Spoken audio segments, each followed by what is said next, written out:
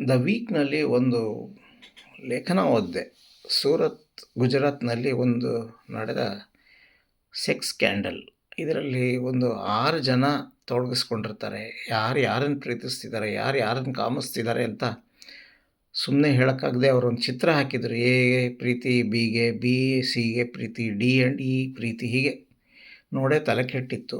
ಅದನ್ನು ಹಾಗೇ ಬರೆದೆ. ಪೊಲೀಸ್ ಪ್ರೊಸೀಜರ್ ಥರನೇ ಮೊದಲು ಶುರು ಮಾಡಿ ಆಮೇಲೆ ಕಥೆ ಒಳಗೆ ಹೋದ್ಮೇಲೆ ಹೇಗಿತ್ತು ಅಂದರೆ ಬರಿತಾ ಬರಿತಾ ಬರಿತಾ ಕೆಲವು ಕಡೆ ವಿಧಿ ಇಲ್ಲದೆ ನಾನು ಲೈಂಗಿಕತೆ ಬಗ್ಗೆ ಬರಿಬೇಕಾಯಿತು. ಏಕೆಂದರೆ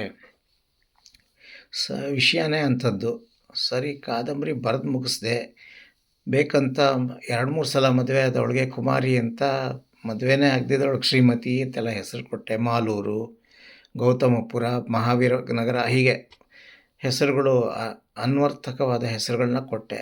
ಕಾದಂಬರಿ ಬರೆದ ಮೇಲೆ ಅದನ್ನ ನನ್ನ ಒಂದು ಪತ್ರಿಕೆ ಕೊಟ್ಟೆ. ಅವರು ಓದ್ಬಿಟ್ಟು ಬೇಡ ಯತಿರಾಜ್, ಇದರಲ್ಲಿ 8 ಕಡೆ ಸೆಕ್ಸ್ ಇದೆ ಅಂತ ಹೇಳಿ ವಾಪಸ್ ಕೊಟ್ಟರು. ನಮ್ಮ ರೀಡರ್ಸ್ ಅದನ್ನ ಒಪ್ಪಲ್ಲ ಅಂತ. ಅದಾದಮೇಲೆ ಅದನ್ನ ತೊಗೊಂಡೋಗಿ ಇನ್ನೊಂದು ವಾರಪತ್ರಿಕೆಗೆ ಕೊಟ್ಟೆ. ಅವರು ಬಹಳ ಜನಪ್ರಿಯ ಸಂಪಾದಕರಾಗಿದ್ದರು ಇನ್ನೊಂದು ಪತ್ರಿಕೆಯಲ್ಲಿ. ಅವರು ಮಾತಾಡದೆ ಮರಳಿ ವಾಪಸ್ ಕೊಟ್ಟರು. ಆಮೇಲೆ ಅದನ್ನು ನಾನು ಕನ್ನಡ ಪ್ರಭಕ್ಕೆ ತೊಗೊಂಡೋಗಿ ಕೊಟ್ಟೆ. ಕನ್ನಡಪ್ರಭದಲ್ಲಿ ಇದ್ದವರು ಎಡಿಟರು ತಗೊಂಡು, ಏನು ರೀ ವಿಶೇಷ ಈ ಕಥೆದು ಅಂದರು. ನಾನಂದೆ, ಸರ್ 2 ಪತ್ರಿಕೆಯವರು ಇದನ್ನ ರಿಜೆಕ್ಟ್ ಮಾಡಿದ್ದಾರೆ ಅಂದೆ. ಯಾಕ್ರೀ ಅಂದರು. ಏನಿದೆ ಅಂಥದ್ದು ಅಂದರು. ಸೆಕ್ಸ್ ಸರ್ ಅಂದೆ ಮೆತ್ತಿಗೆ. ಓ, ಏನು ಇದನ್ನು ಓದಿದ್ರೆ ಏನಾದ್ರು ಹೃದಯಾಘಾತ ಆಗುತ್ತೇನ್ರೀ ಅಂದರು.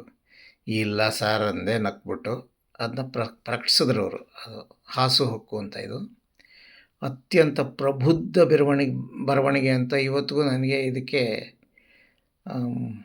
ಪತ್ರಗಳು ಬರ್ತವೆ, ಪ್ರತಿಕ್ರಿಯೆಗಳು ಬರ್ತವೆ. ಓದ್ದವರೆಲ್ಲ ಹೇಳ್ತಾರೆ, ಅಬ್ಬಾ ಇಂಥ ಒಂದು ವಿಷಯನ ಕೂಡ ಇಷ್ಟು ಸ್ವಚ್ಛವಾಗಿ ಮುಜುಗರ ಇಲ್ಲದೆ ಓದ್ಬೋದಲ್ಲ ಅಂತಲೇ ಸಂತೋಷಪಟ್ಟಿದ್ದಾರೆ.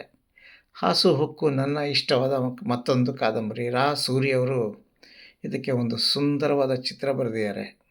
ನಿಡ್ಸಾಲೆ ಪುಟ್ಟಸ್ವಾಮಿಯವರು ಇದನ್ನು ಪ್ರಕಟಣೆ ಮಾಡಿದ್ರು. ನಮಸ್ಕಾರ.